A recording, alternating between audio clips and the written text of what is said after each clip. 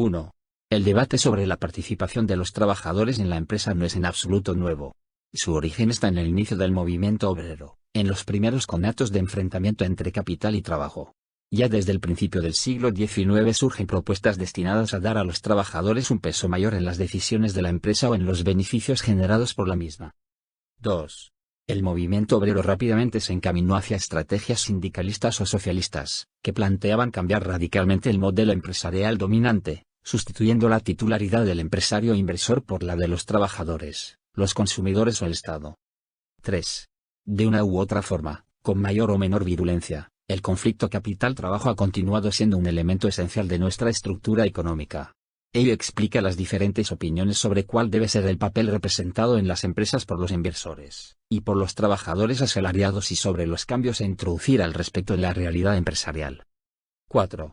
Ahora bien, dentro de este contexto, los posicionamientos conceptuales que llevan a defender una mayor participación de los trabajadores en la empresa responden a finalidades últimas muy variadas. 5. Por un lado, nos encontramos con sectores sociales que valoran negativamente en sí mismo el conflicto capital-trabajo, y que buscan una atenuación del mismo a través de modelos de empresa más integradores de los intereses de los trabajadores. Esta podría ser la posición, por ejemplo, de la doctrina social de la Iglesia. 6.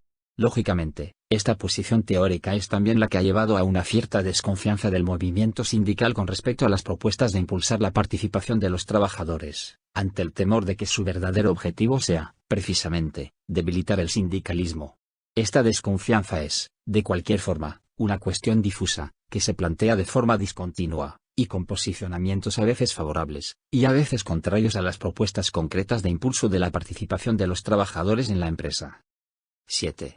Otros sectores valoran esta participación como un primer paso en el acceso del trabajo a la toma de decisiones en la empresa, dentro de un proceso continuado que no tendría como fin atenuar el conflicto capital-trabajo sino dar un poder creciente a los trabajadores en el control de la empresa como objetivo en sí mismo. 8. En algunos casos, como sucedió, por ejemplo, en Alemania, la participación de los trabajadores en los órganos de administración se consideró como un instrumento clave para controlar las tentaciones totalitarias de la oligarquía empresarial. 9. Algunas teorías económicas han justificado la participación de los trabajadores en la empresa como un instrumento para contrarrestar problemas estructurales del capitalismo avanzado. Así, la cogestión alemana habría sido un factor fundamental para evitar el riesgo de financiarización de las grandes empresas que ha destruido una parte fundamental del tejido productivo de los países anglosajones. La participación cualificada de los trabajadores podría contrarrestar quizás la tendencia a la caída de la inversión en las empresas intensivas en capital. Y podría tener un papel anticíclico en la gestión de la empresa.